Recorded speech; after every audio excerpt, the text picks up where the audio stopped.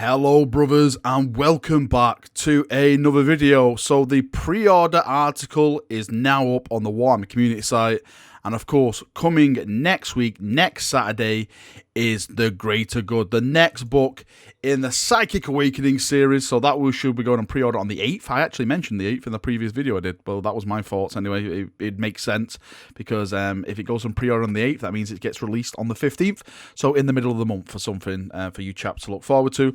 Of course, this is coming with the Tau, the Imperial Guard, and of course the Genestealer Cults. Now, let's jump in, let's go through the article, and let's see what it says about these factions. So it states The Greater Good is the latest book in the Psychic Awakening series, focusing on the ambitious Tau Empire, the stalwart Astra Militarum, and the Ordo Tempestus. Oh, there we go. So Astra Militarum and Ordo Tempestus, and the insidious Genestealer Cults. You'll find new rules, relics, warlord traits, and stratagems for all four factions, wrapped in a thrilling story exploring and sprawling war that leaves them all paranoid and reeling. We'll dig deeper into each of these factions, so keep an eye out for information during this week. So next week, the week coming is basically going to be like, hopefully we're going to see relics, all the stratagem previews, maybe some lore, hopefully, fingers crossed for that. But the big thing out of that for me is not only the Astra Militarum coming, but the Ordo Tempestus. They're basically the special forces of the Imperial Guard. Well, that's how I view them.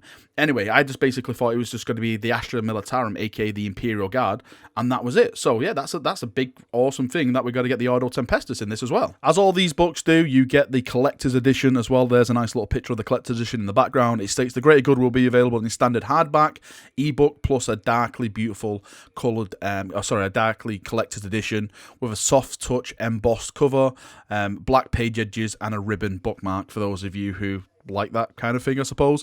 Whenever you order your standard hardback or collector's edition, we'll throw in a set of data cards for the Commander Shadowsun, and the 8, they're back. They're more amazing than ever. Ooh, don't hesitate to pre-order your book because the cards are only available while stocks last. I do like the cards. I must admit, I do like the cards, but if it came down to it, I'd rather just print my own off and just laminate them and just take them to like tournaments or whatever. You know, it's nothing massive, but it is a nice little bonus to have come with your book, so you're not, scrolling through all the pages and stuff like that. Speaking of Shadowsun, it actually says, leads the 5th Theer expansion, rocking up an upgraded XV-22 Stalker battlesuit, so it's an upgraded suit. This suit is positively bristling with weapons, and she's also accompanied by an MV-37 Advanced Guardian and an MV-62 Command Link drones. That was basically just numbers and letters for me. I have no idea what that means for Tau.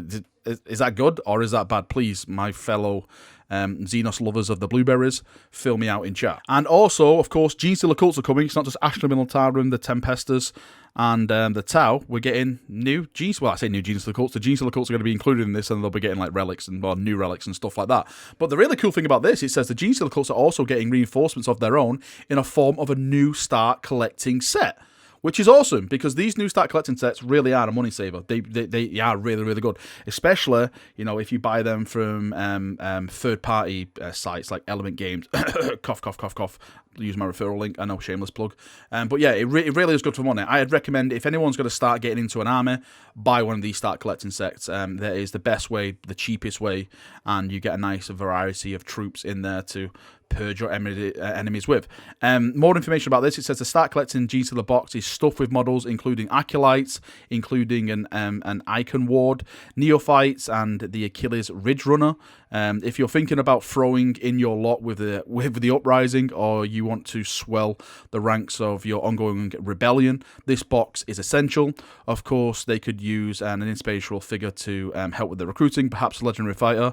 Enter the Kellamorph, and it's just that guy who basically looks like the Clint Eastwood / cowboy with all his bloody Daka guns and stuff like that. Awesome little model. I remember when this got ruined. I say ruined. It got spoiled because someone put it out in the Warhammer paint display area by mistake, and people go through and go, wait, is that a new Genestealer model? Wait, are Genestealers getting new models? It was absolutely fantastic. But it's not all fun in the sun for the Psychic Awakening. Of course, there's more stuff coming out, which is not Psychic Awakening, should I say, and that is Adeptus Titanicus, the Horus Heresy. Their new big box game is coming out. I mentioned this in a previous video a couple of days ago when it got shown off at the Nuremberg Toy Fair, if I'm not mistaken. And it says, fancy stomping around with death-dealing god machines of your own and growing the ranks of your existing maniples. This week sees a slew of new releases going up for pre-order, including a new box for beginners and established players alike. I'm really thinking of getting this box. I've been wanting to get into Titanicus for a while now. I'm still a bit caught up either Titanicus or Aeronautica, but it's bloody Titans, isn't it? It's god machines, and I think this is my really only excuse to ever own a Titan in this type of format. A big Titan would just be completely lost on me, but owning these little baby ones is probably the best way for me to go.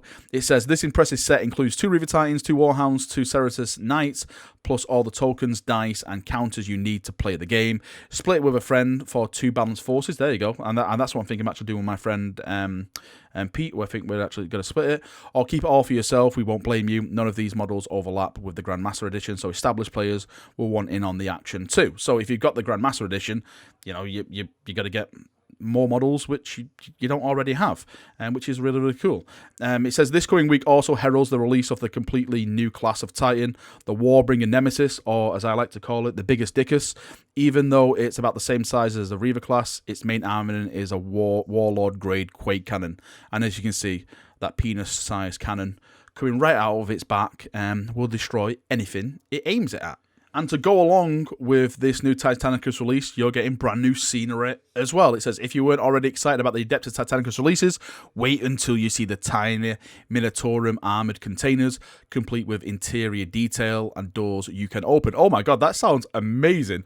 The Adeptus Titanicus manufacturing scenes, the manufacturing Imperial terrain sets include 4 of them, plus loads of cranes, stacks of barrels, silos, pipelines. Use them to heighten your sense of scale on your bases and add livid industrial feel. It's really cool. Look at it. Just look at it in the background.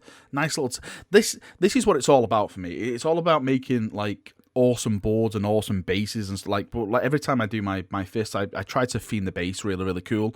And if I ever plan to do a board, it would definitely be a theme board with like buildings ripped apart, rubble everywhere, you know, all that kind of stuff. This is something that I would absolutely love to do. So yeah, there we go. That's going to pre-order as well. And of course, you've got the actual book, which is the next campaign.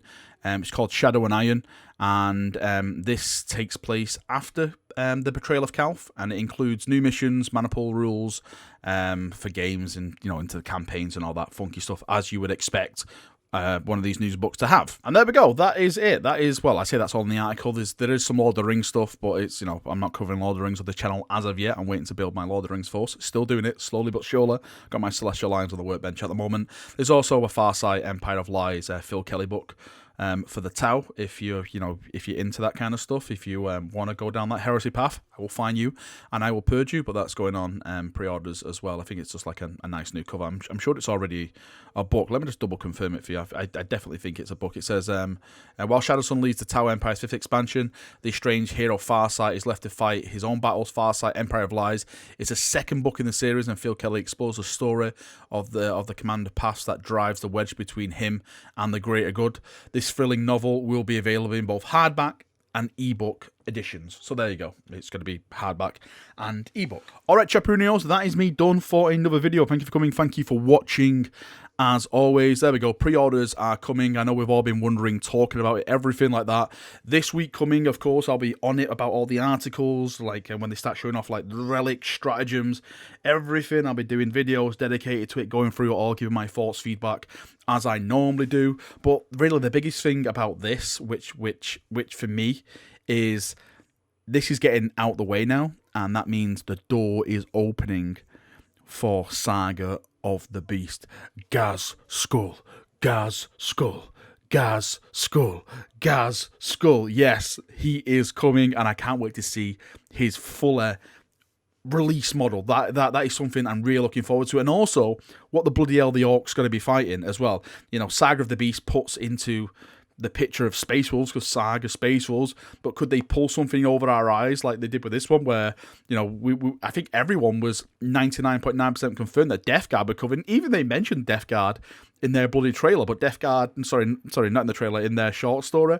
But they pulled the rug up from under us with that, and it was Astra Militarum and the Tempestus Scions now and stuff. So I'm wondering maybe they could do the same to the Space Wolves, or maybe add something to the Space Wolves, like the Death Watch. I know a couple of people have recommended that to happen, for them to come in and, you know, work with the Space Wolves. That could be pretty cool.